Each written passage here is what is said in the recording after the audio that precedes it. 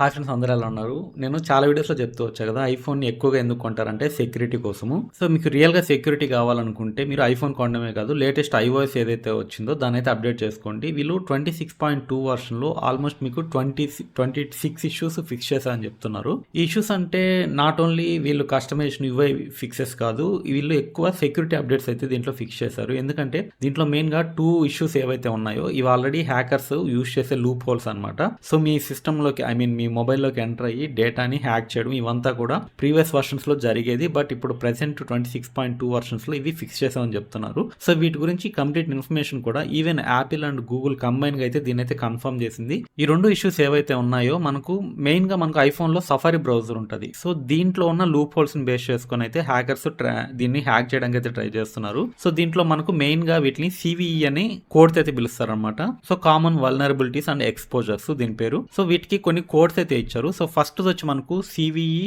2025 43529 అనమాట. సో అదేవిధంగా ఇంకోటి సివిఈ 2025 14174. సో ఇట్లా 2 కోడ్స్ అయితే ఈ వల్నరబిలిటీస్ ఈ రెండు ఇష్యూస్ అయితే పిలుస్తున్నారు. సో ఫస్ట్ ది మనకు 43529 కోడ్ తో ఉన్న ఈ ఇష్యూ గురించి మాట్లాడినట్లయితే మనం ఇంటర్నెట్ లో చాలా బ్రౌజ్ చేస్తూ ఉంటాము. సో వీటిలో ఏది జెన్యూన్ బ్రౌజర్, ఏది మెలీషియస్ బ్రౌజర్ అనేది మనకు తెలియదు. సో బ్రౌజర్ అంటే కంటెంట్, ఏ కంటెంట్ మనం బ్రౌజ్ చేస్తున్నామో దాని లోపలికి వెళ్ళేదాకా తెలియదు. సో మనం లోపలికి వెళ్ళగానే ఆల్రెడీ జరగాల్సిన నష్టం అయితే జరిగిపోతుంది. సో మీరు ఎప్పుడైనా ఈ మెలీషియస్ వెబ్సైట్ ఓపెన్ చేసినట్లయితే దీంట్లో వీళ్ళు ఆర్బిటరీ కోడ్ అయితే రన్ చేసి మీ డేటాని అయితే హ్యాక్ చేసే ఛాన్సెస్ అయితే ఉన్నాయి. ఈ వల్నరబిలిటీ కోడ్ వచ్చి వీళ్ళు 43529 అనమాట. ఫస్ట్ చెప్పాను కదా. సో ఈ వల్నరబిలిటీ ఈ ఇష్యూస్ అయితే క్రియేట్ చేస్తుంది అనమాట. సో మన బ్రౌజర్ నుంచి మనం అటాకర్స్ ఎవరైతే హ్యాకర్స్ ఉన్నారో వాళ్ళైతే కొన్ని ఆర్బిటరీ కోడ్ అయితే మన సిస్టమ్ లో ఫోన్ లో రన్ చేసి మన డేటాని అయితే హ్యాక్ చేయడానికి అయితే ట్రై చేస్తున్నారు. సో నెక్స్ట్ ఇష్యూ చూసినట్లయితే 14174 ఇది ఉంది కదా. సో ఈ వల్నరబిలిటీ మన ఫోన్ లో గానీ ఉందంటే వీళ్ళు ఏం చేస్తారంటే out of bound exceptions raise చేసి మన డేటాను అయితే ఎన్క్రిప్ట్ చేయడానికి అయితే ట్రై చేస్తారనమాట. సో ఇట్లా చేయడం వల్ల ఏమవుతుందంటే మనకు హార్డ్వేర్ కి సాఫ్ట్వేర్ కి అంటే ఓఎస్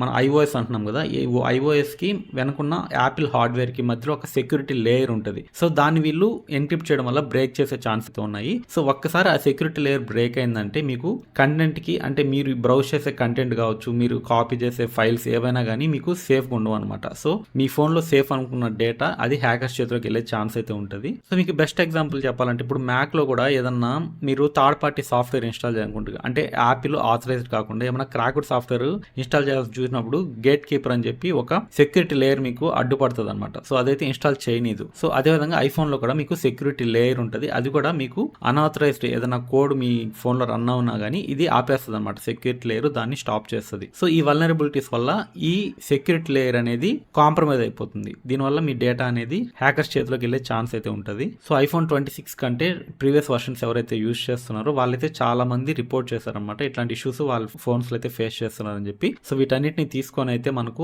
ఐఓఎస్ లేటెస్ట్ వర్షన్ 26.2 అయితే రిలీజ్ చేసి వీటన్నిటిని అయితే ఫిక్స్ చేసామని చెప్తున్నారు. సో మీరు అంటే బెటర్ సేఫ్ సైడ్ ఉన్నట్లయితే మీరు లేటెస్ట్ ఐఓఎస్ వర్షన్ ఏదైతే ఉందో దాన్ని అయితే వెంటనే అయితే అప్డేట్ చేసుకోండి. సో వీళ్ళు ఐఓఎస్ 26.2 లో కెర్నల్ ఇష్యూస్ కూడా ఫిక్స్ చేసామని చెప్తున్నారు. సో మీకు చాలా మంది డౌట్ రావచ్చు, కెర్నల్ అంటే ఏంటంటే మనకు ఆపరేటింగ్ సిస్టమ్ కి హార్డ్వేర్ కి మధ్యలో కెర్నల్ అనేది ఒక హార్ట్ లాగా అనమాట. సో మనం యాప్స్ రన్ చేస్తుంటాం కదా. సో యాప్ షెడ్యూలింగ్ చేయడం కానీ, ర్యామ్ లో ఎంత మెమరీ స్టోర్ చేసుకోవాలి, సో ఏ యాప్ ఎప్పుడు లోడ్ అవ్వాలి, దీని అన్నిటిని కెర్నల్ అనేది మెయింటైన్ చేస్తూ ఉంటుంది అనమాట. సో ఇది ఒక అల్గారిథం. సో మన ఆపరేటింగ్ సిస్టమ్ నుంచి వచ్చిన కమాండ్ ని తీసుకెళ్లి హార్డ్వేర్ కి ఇవ్వడానికి మిడిల్ లో యూజ్ చేసే ఒక అల్గారిథం ఇది కెర్నల్ అనమాట. ఇది one type of software. So ఇది మన జాబ్స్ అన్నిటిని ప్రాసెస్ అన్నిటిని షెడ్యూల్ చేస్తూ ఉంటుంది అనమాట. సో ర్యామ్ మేనేజ్మెంట్ కావచ్చు, మన ప్రాసెసర్ మేనేజ్మెంట్ కావచ్చు, ఇవన్నీ కెర్నల్ చూసే పనులు. సో ఈ కెర్నల్ ను మనం కాంప్రమైజ్, హ్యాకర్ ఎవరైనా కెర్నల్ హ్యాక్ చేసి కాంప్రమైజ్ చేసినట్లయితే వాడికి రూట్ లెవెల్ యాక్సెస్ వచ్చేస్తుంది. మన ఫోన్ లో ఉన్న హార్డ్వేర్ కి డైరెక్ట్ వాడికి యాక్సెస్ వెళ్ళిపోద్ది. సో అప్పుడు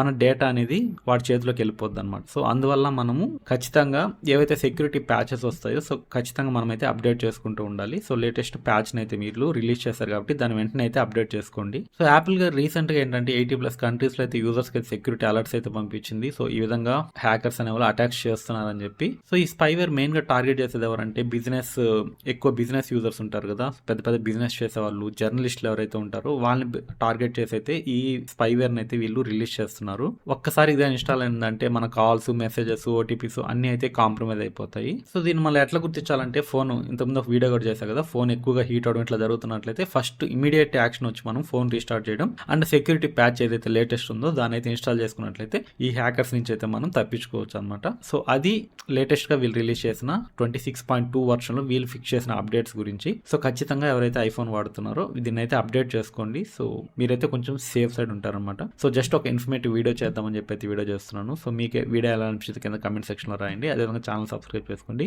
ఇలాంటి ఇన్ఫర్మేటివ్ వీడియోస్ అయితే మీ ముందుకు వస్తుంటాను. అంతవరకు సెలవు. This is Mahesh signing off. By.